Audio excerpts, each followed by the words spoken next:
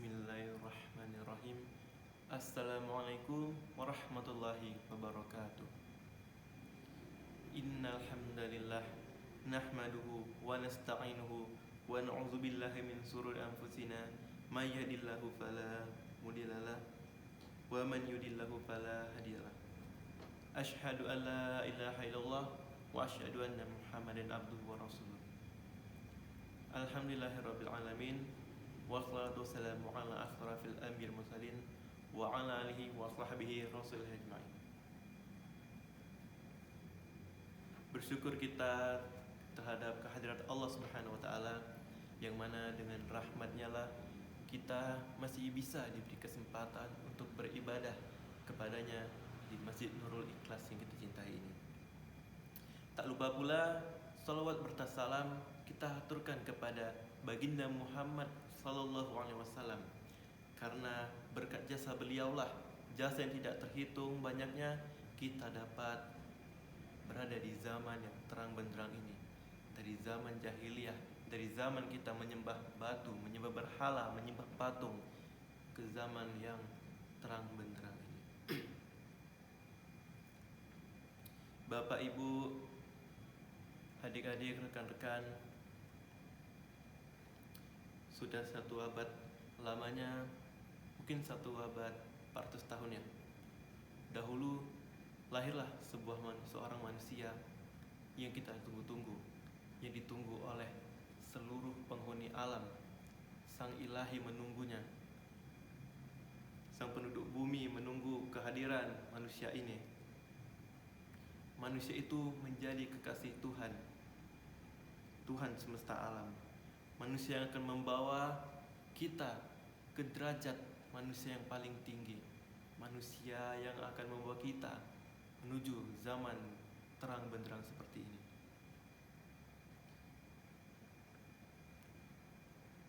Manusia ini dia buta huruf, tidak bisa menulis, tetapi darinya lah terpancar kalimat yang sempurna. Apa itu kesempurnaan? Terpancar dari wajah.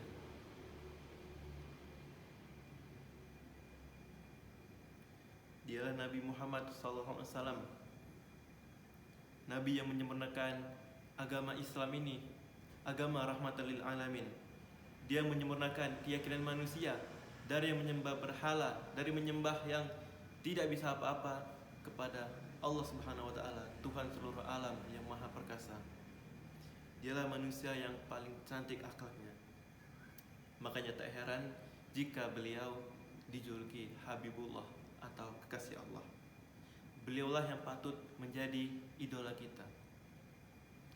Bapak Ibu jamaah sekalian, dewasa ini jika kita bertanya kepada anak kita, adik kita, saudara-saudara kita, atau mungkin kita bertanya kepada diri kita sendiri, siapa sih idola kita?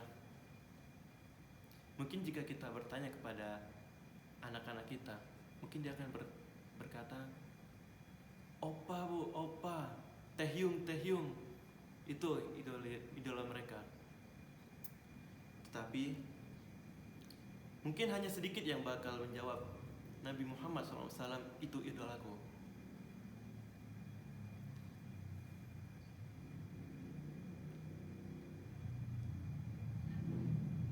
Padahal opa-opa mereka itu, idol yang mereka bangga-banggakan itu, pada hari kiamat nanti tidak bisa menyelamatkan mereka, tidak bisa menyelamatkan mereka.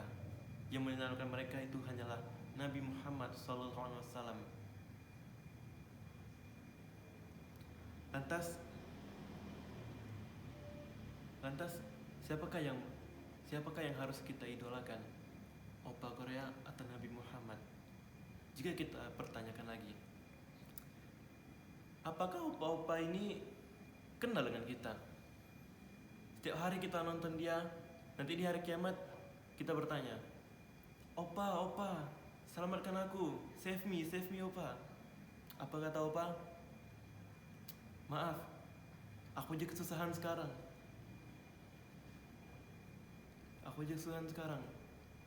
Kau uruslah diri kau sendiri. Nah, siapa yang bisa menyelamatkan kita? Nabi Muhammad SAW. Coba kita tanya, apakah Nabi mengenal kita? Ya, Nabi mengenal kita melebihi ibu kita sendiri. Bayangkan, seorang ibu lebih mengenali daripada siapapun, tapi Nabi Muhammad lebih mengenal umatnya sendiri.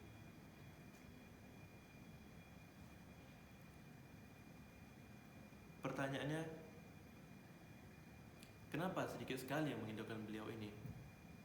Apakah Nabi Muhammad ini sudah ketinggalan zaman?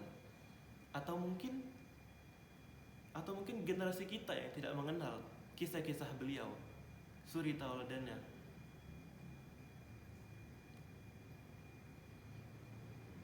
Padahal ada banyak keteladanan yang dapat kita contoh dari beliau ini, seperti akhlaknya kepada anak yatim dan kaum duafa, seperti yang dikatakan dalam surah An-Nisa ayat 36, wa'budullaha wa la tusyriku bihi syai'an wa bil walidaini ihsana wa bidhil qurba wal yatama wal masakini wal jari dzil qurba wal jaril junubi was sahibi bil jambi wabnis sabil wa ma malakat aymanukum innallaha la yuhibbu man kana mukhtalan fakhura, yang artinya, dan sembahlah Allah dan janganlah kamu menyekutukannya dengan sesuatu apapun, dan berbuat baiklah kepada kedua orang tua, karib kerabat, anak-anak yatim, dan orang-orang miskin, tetangga dekat dan tetangga jauh, teman sejawat, ibnu sabil, dan hamba sahaya yang kamu miliki. Sungguh Allah tidak menyukai orang yang sombong dan membanggakan diri. Seperti kita bisa melihat bagaimana akhlak beliau terhadap anak yatim di kisah seperti ini. Diceritakan siang itu di salah satu sudut kota Madinah, sejumlah anak sedang asyik bermain. Semuanya mengenakan baju baru dan mereka sangat riang gembira menyambut Idul Fitri itu. Agak jauh dari mereka ada tempat seorang anak bersedih. Seorang lelaki dengan penuh seksama memperhatikan pemandangan ini, tak terkecuali si anak yatim yang bersedih itu. Lelaki ini pun mendekatinya, kemudian bertanya, "Wahai Ananda, mengapa engkau menangis di Idul Fitri seperti ini? Tidakkah kau bermain dengan temanmu yang berbahagia di sana?" Dengan berurai air mata, dia berkata, "Wahai Tuan, saya sangat sedih. Teman-teman saya gembira memakai baju baru, dan saya tidak punya siapa-siapa untuk membelikan pakaian baru." Lelaki ini bertanya, "Di mana orang tuamu?" Anak kecil ini mengeluhkan bahwa ayahnya telah syahid. Ayahnya telah syahid karena ikut berperang bersama Rasulullah SAW. Sedangkan ibunya menikah lagi. Namun semua harta yang ditinggalkan ayahnya dibawa oleh ayah tirinya dan bersama ibunya.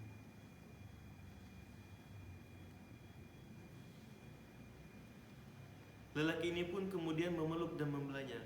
"Wahai Ananda, maukah engkau kalau saya menjadi ayahmu, Aisyah sebagai ibumu, dan Fatimah menjadi saudarimu?" Anak kecil itu awalnya terkejut, tetapi dia segera menyadari bahwa lelaki itu ialah Rasulullah SAW. Dia pun tampak gembira. Nabi SAW lalu membawa anak itu ke rumah dan memberikan pakaian yang baru dan layak untuknya. Beberapa saat kemudian, si anak kembali menemui teman-temannya. Tak seperti sebelumnya, kini dia tampak ceria, plus dengan mengenakan pakaian yang lebih baru, pakaian yang lebih layak.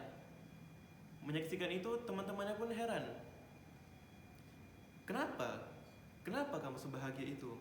Si anak menjawab, "Kemarin aku lapar, haus, dan yatim.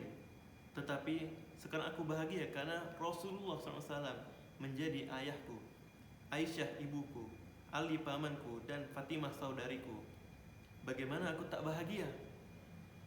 Kini giliran teman-teman itu yang bersedih. Mereka ingin seperti anak yang beruntung itu. Bertahun-tahun kemudian Rasulullah SAW wafat. Anak itu suatu hari menangis dan bersimpu di atas para nabi. di atas pusara Nabi sallallahu alaihi wasallam. Ya Allah, hari ini aku menjadi yatim yang sebenarnya. Ayahku yang sangat mencintaiku sudah tiada. Apakah aku harus hidup sebatang kara lagi? Tak jauh dari sana, Abu Bakar As-Siddiq pun lewat. Sosok khilafah pertama itu lantas menghampirinya sambil memeluknya dan membujuknya. Abu Bakar pun berkata kepadanya, "Akulah yang akan menjadi pengganti ayahmu yang sudah tiada." Bapak Ibu sekalian, telah kita dengarkan tadi ayat Al-Quran yang memerintahkan kita berbuat baik kepada anak yatim. Dan telah kita dengarkan pula kisah Rasulullah SAW mencontohkan bagaimana akhlak kita terhadap anak yatim. Sudah sepatutnya Rasulullah ini ialah menjadi idola kita, menjadi suri tauladan kita, menjadi contoh kehidupan dan menjadi contoh akhlak yang baik untuk kita.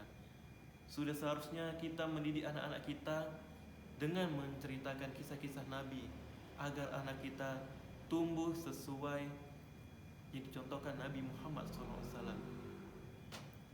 Semoga apa yang saya sampaikan ini bisa menjadi pelajaran untuk kita semua. Saya akhiri, wabillahi taufiq wal hidayah. Wassalamualaikum warahmatullahi wabarakatuh.